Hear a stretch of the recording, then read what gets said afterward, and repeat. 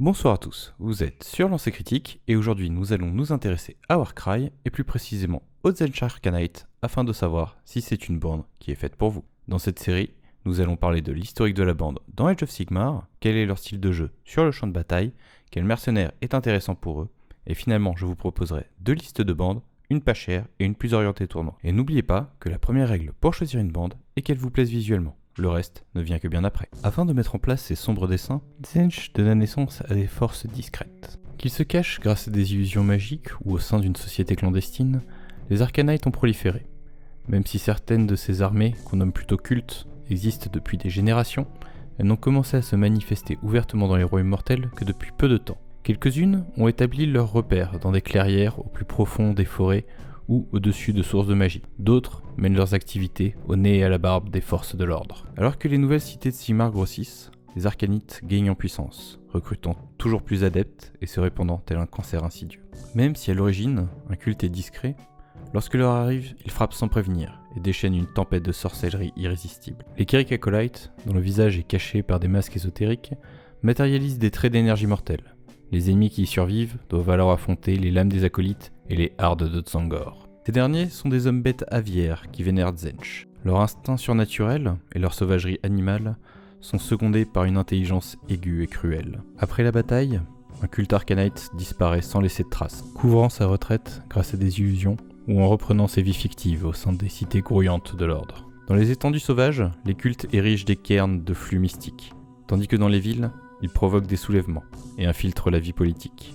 Le rituel invoquant des démons, dévoilant la localisation d'artefacts ésotériques et de lieux de pouvoir, tandis que le futur est manipulé au profit de Tzeentch. Ceux corrompus par les cultes deviennent des parias, voire des mutants. C'est ainsi que le chaos se répand, insidieusement, alors que les cultes reçoivent les ordres de leur maître. Bientôt, le changement arrivera, car les écheveaux de Tzeentch sont nombreux et inextricables. Les 8 points, recelant de nombreux lieux de pouvoir, il n'est pas étonnant de voir des bandes d'Arcanites se manifester. Dans ces dernières, on peut croiser des Kirik Acolytes, ce sont les cultistes humains élus de Tzeentch, capables d'exploiter la puissance magique collective. De nature discrète, ils ne se révèlent qu'au moment de frapper, et les ennemis qui ne tombent pas sous leurs éclairs magiques doivent faire face à leurs lames courbées. On peut également croiser des Tzangor, ce sont des hommes bêtes aviaires voués à Tzeentch et investis de ses sombres bienfaits. Braillant des cris de guerre stridents, ils tombent sur l'ennemi dans un assaut de lames, de cornes et de becs acérés.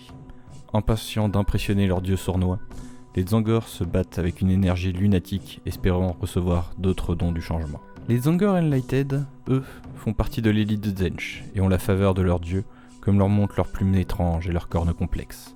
Ils sont armés de lances de qualité supérieure, et certains sont même sur des disques de Tzeentch, et tous voient les chevaux du passé, la terreur frappant les ennemis quand les Enlighted relatent des souvenirs que nul n'est censé connaître. Finalement, nous avons les Skyfire.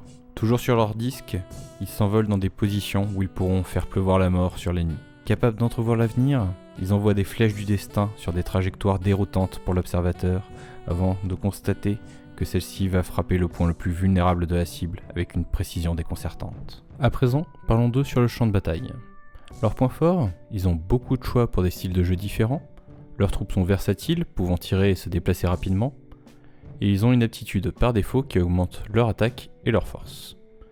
Leurs points faibles, des dégâts plutôt légers et des aptitudes très circonstancielles.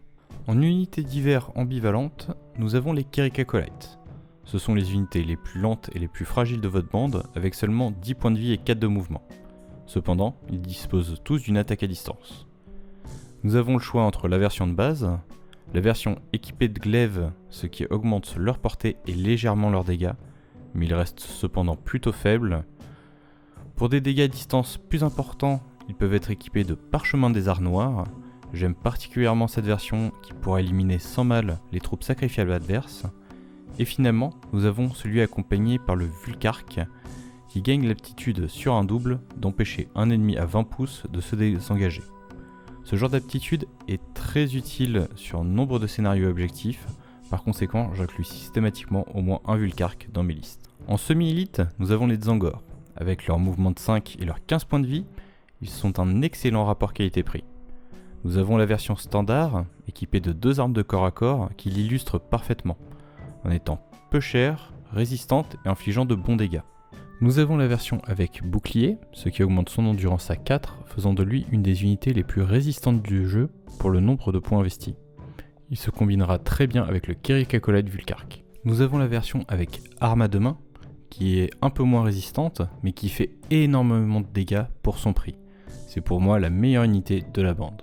Finalement, nous avons le mutant, il s'agit d'une version améliorée du Tzaangor avec 2 armes. Il gagne en plus une habilité sur un double qui permet de faire quelques dégâts. En élite, nous avons les Enlighted. Ils disposent d'une habilité sur un triple qui augmente leur valeur de dégâts et de dégâts critiques de la moitié de la valeur de l'habilité, mais uniquement contre un adversaire qui a déjà fait son activation. Cette habilité peut être intéressante car elle peut forcer l'adversaire à revoir son ordre d'activation, et cependant dommage qu'elle nécessite un bon triple pour être efficace, et elle reste très circonstancielle. Nous en avons 2 versions, une à pied et pour 50 points de plus, une sur disque, ce qui double son mouvement et lui donne le vol. Comme les autres Tzaangor, leur rapport qualité-prix est plutôt bon, particulièrement pour la version à pied. En élite distance, nous avons les Skyfire. Ils disposent d'une habilité sur un quad qui augmente leur valeur de dégâts et de dégâts critiques de la moitié de la valeur de l'habilité. A noter que cela fonctionne également pour leur attaque à distance. Cette aptitude fonctionne uniquement contre un adversaire qui n'a pas encore été activé, mais avec leurs 20 pouces de portée et le vol, ils ne devraient pas avoir trop de difficultés à l'utiliser. Même s'ils sont équipés d'arc, leur attaque au corps à corps est efficace, et seul leur prix leur fait défaut. Ils sont à mon sens un peu chers, et leur aptitude est assez limitée, nécessitant un quad. Je ne pense pas en mettre plus d'un dans une liste. Le leader a une aptitude sur un triple, qui lui permet d'augmenter la valeur des autres aptitudes jusqu'à un maximum de 6. Cela n'affecte que le Tzaangor mutant, les Enlighted et les Skyfire. Cependant, comme cela vous coûtera déjà un triple pour le lancer, elle n'affectera probablement qu'une seule autre aptitude et c'est très cher payé à mon goût. Par conséquent, le leader ne me semble pas une pièce importante pour une bande Arcanite et je prendrai sûrement une option peu chère. Nous avons la version Kerik Acolyte, Tzaangor, Enlighted avec ou sans disque et Skyfire.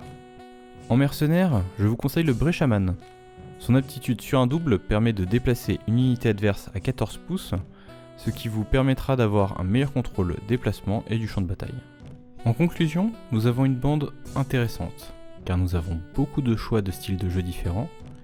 Il n'est pas pour autant facile à jouer, car les synergies des aptitudes étant un peu particulières, il va falloir un certain temps pour parfaitement les maîtriser.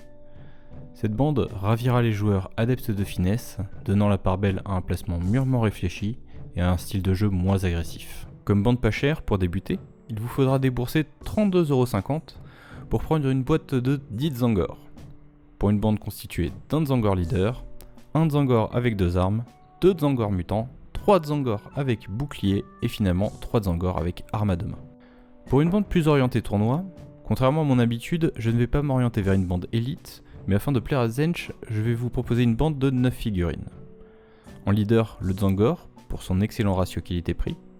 Ensuite, 2 Tzaangor épée bouclier, pour tenir les objectifs ou bloquer les adversaires avec notre Vulkark. Évidemment, un Vulkark, pour les raisons citées précédemment. 2 Kerik Acolyte avec parchemin noir, qui auront comme boulot de se débarrasser des troupes sacrifiables adverses. Et finalement, ma force de frappe avec 3 Tzaangor avec arme à deux mains. J'espère que cette vidéo vous aura permis de savoir si les Tzeentch Arcanite étaient une bande pour vous. N'hésitez pas à me signaler dans les commentaires quelle bande vous voudriez voir ensuite. Tout sweet!